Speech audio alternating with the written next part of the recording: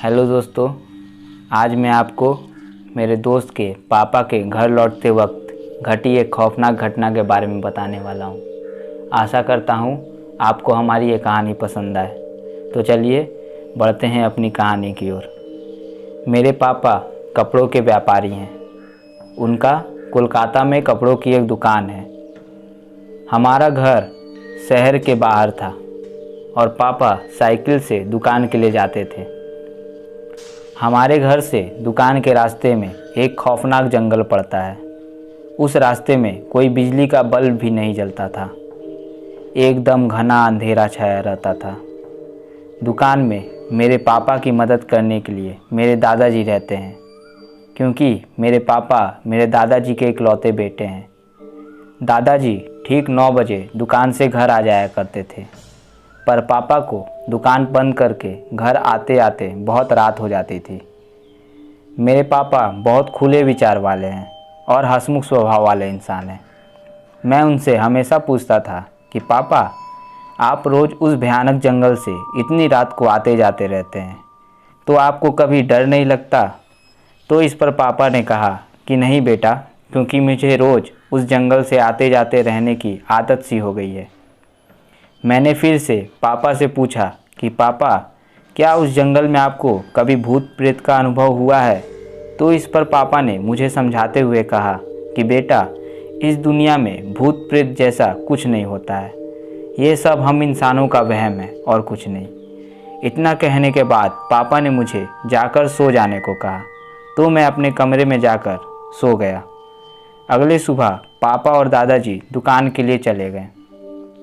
आप तो जानते ही हैं कि दुर्गा पूजा कोलकाता का सबसे प्रमुख त्यौहार है और दुर्गा पूजा में हमारी दुकान में ग्राहकों की बहुत बड़ी भीड़ होती है और दुकान में काम भी बहुत होता है।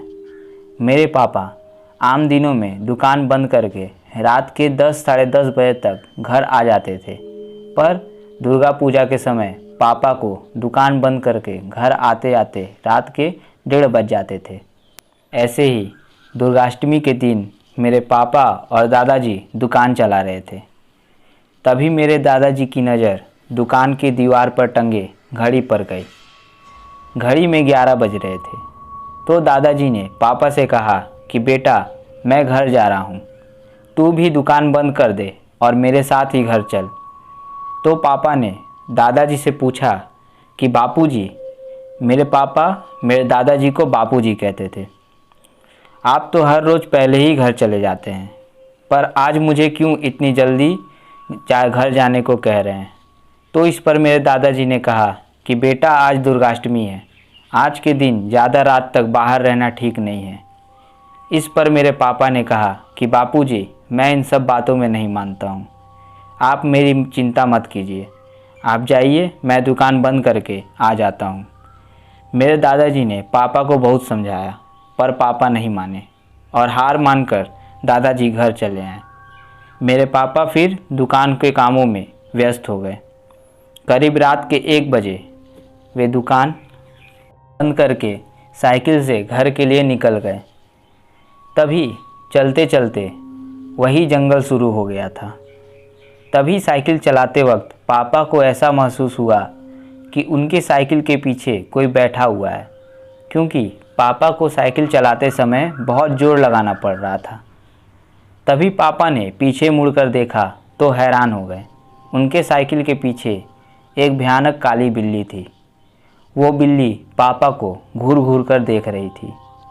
तभी अचानक वो बिल्ली साइकिल से कूदकर जंगल की ओर गायब हो गई। पापा को बहुत घबराहट महसूस हो रही थी। वे साइकिल को जोर से चलाकर आगे बढ़ने लगे। तभी पापा को किसी औरत के रोने की आवाज़ सुनाई देने लगी। पापा ने साइकिल रोककर चारों तरफ नज़र दौड़ाई तो पाया कि एक पेड़ के नीचे एक औरत बैठकर रो रही है। पापा उसकी तरफ बढ़ने लगे। उन्होंने देखा कि वो एक दुल्हन के लिबाज में थी, अर्थात वो शादी के जोड़े में थी। पापा ने उसके पास जाकर पूछा कि बेटा, तुम यहाँ क्या कर रही हो? तुम्हें क्या परेशानी है? तुम क्यों रो रही हो? बेटा, बिल्कुल मत घबराओ, जो परेशानी है मुझे बताओ, मैं तुम्हारी मदद करूँगा। पर उस दुल्हन ने कोई जवाब नहीं दिया। तभी मेरे पापा उसके नज़दीक गए और ध्यान से देखा तो हैरान हो गए। उस दुल्हन के पैर उल्टे थे, उसका चेहरा एकदम सफ़ेद था। मेरे पापा समझ गए थे कि ये दुल्हन नहीं बल्कि कोई चुड़ैल है। मेरे पापा तुरंत साइकिल की तरफ भागे और साइकिल लेकर घर की तरफ भागने लगे। पापा ने पीछे मुड़कर देखा तो वो दुल्हन यानी चुड़ैल उनके पीछे ही थी। मेरे पापा इधर उधर ना देखकर सीधे घर की तरफ तेज़ी से साइकिल चलाने लगे। घर पहुंचकर पापा ने तुरंत बाहर का दरवाज़ा बंद कर दिया। उस वक्त मैं 8 साल का था और मेरी माँ गर्भवती थी। साइकिल तेज़ चलाने की वजह से पापा बहुत हाफ रहे थे। तो मेरी मम्मी ने पूछा कि क्या हुआ, तो मेरे पापा ने कुछ नहीं कहा और चुपचाप खाना खाकर सो गए।